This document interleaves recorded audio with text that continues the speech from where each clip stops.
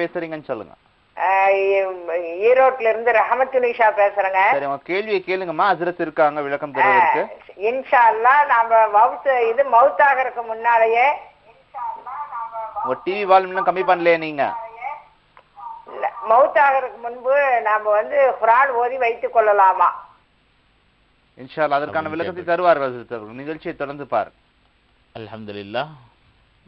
இந்த உலகத்திலிருந்து நாம் மூத்தாகருக்கு முன்பாகவே நமக்காக வேண்டி நல்ல அமல்கள் செய்து வைக்கலாமா, குறிப்பாக குர்ஆன் ஓதி வைத்துக் கொள்ளலாமா அப்படிங்கிற கேள்வியை கேட்டிருக்கிறாங்க. இந்த கேள்வி ரொம்ப வரவேற்புக்குரிய ஒரு கேள்வியாகும். இப்போ தாராளமாக நீங்கள் செய்து கொள்ளலாம். இப்போ நீங்கள் மௌத்துக்கு முன்பாக இந்த உலகம் என்பதை பெருமானார் ஸல்லல்லாஹு அலைஹி வஸல்லம் அவர்கள் சொல்லும்போது மஸ்ரஅத்துல் ஆஹிரா என்று சொன்னார்கள். இந்த உலகம் மறுமையினுடைய வேளாண்மை நிலம் என்று சொன்னார்கள். இங்கே எதை நாம் விதைக்கிறோமோ, எதை செய்கிறோமோ, அதைத்தான் நாளை மறுமையிலே நாம் அறுவடை செய்ய போகிறோம். இங்கு செய்கிற ஒரே ஒரு சிறிய பேரித்தங்கொட்டையினுடைய அந்த வித்து அளவுக்கு இருக்கிற தர்மம் நாளை மறுமையிலே நமக்கு மிகப்பெரிய நன்மையை தரக்கூடியது என்பதை நமக்கு பெருமானார் அறிவுறுத்தி இருக்கிறார்கள். இப்போ அந்த வகையிலே திருக்குர்ஆன் என்பது நாளை மறுமையில் நமக்கு கபரிலும் சரி, மறுமை மஹ்ஷரிலும் சரி, நமக்கு வாதிடக்கூடிய, பாதுகாக்கக்கூடிய மிகப்பெரிய அரண். திருக்குர்ஆன் ஓதுவதனால் நமக்கு கிடைக்கிற நன்மைகள் இருக்கிறதே, நாளை மறுமையிலே அதை வைத்துத்தான் நமக்கு சொர்க்கத்திலே அந்தஸ்துகள் வழங்கப்படுகிறது என்று பெருமானார் ஸல்லல்லாஹு அலைஹி வஸல்லம் அவர்கள் குறிப்பிட்டிருக்கிறார்கள். சொர்க்கத்தில்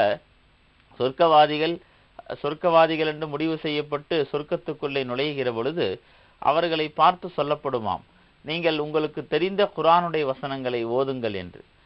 அதை தெரிந்தவர்கள் அவரவர்களுக்கு தெரிந்தவாறு ஓத ஆரம்பிப்பார்கள்.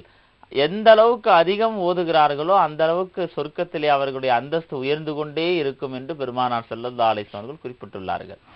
அப்ப மறுமையிலே நமக்கு அதிக நன்மை தரக்கூடியது திருக்குர்ஆனாக இருக்கிறது, நமக்கு வாதிடக்கூடியதாகவும் இருக்கிறது. பெருமானார் ஒரு ஹதீஸிலே குறிப்பிடுகிற பொழுது, நோன்பும் குர்ஆனும் நாளை மறுமையிலே அதை கடைபிடித்தவர்களுக்காக, நோன்பு தன்னை கடைபிடித்தவருக்காகவும் குர்ஆன் தன்னை ஓதி வந்தவருக்காகவும் அல்லாஹ்விடத்திலே வாதம் செய்து அவர்களை சொர்க்கத்துக்கு அழைத்து செல்லும் என்று பெருமானார் ஸல்லல்லாஹு அலைஹி வஸல்லம் சொல்லியிருக்கிறார்கள். அப்ப அந்த குர்ஆனை நாம் அதிகமாக ஓதி நமக்காக சேமித்துக் கொள்ளலாம். இந்த சேமித்துக் கொள்ளுதல் என்று வருகிற பொழுது பொதுவாக நாம் ஓதுறோம் இல்லையா, நமக்காக என்று நாம் ஓதுகிற பொழுது அந்த ஓதுதலுடைய நன்மை நம்முடைய நன்மையின் பட்டியலிலே எழுதப்பட்டு விடுகிறது. அது அப்படியே மறுமையிலே நமக்கு தரப்படும். அவ்வளவுதானே தவிர இது ஏதோ பேங்கில் டெபாசிட் பண்ணிட்டது மாதிரி நமக்கு திரும்ப கிடைக்கிற மாதிரி அப்படி அல்ல. இப்போ பிறருக்காக நாம் ஓதுகிற அந்த நன்மைகளும் அவர்களுக்கு சேருவது போல நமக்கு நாம் ஓதுகிற நன்மைகள் இப்பொழுதே நம்முடைய பட்டியலில் எழுதப்பட்டு விடும்.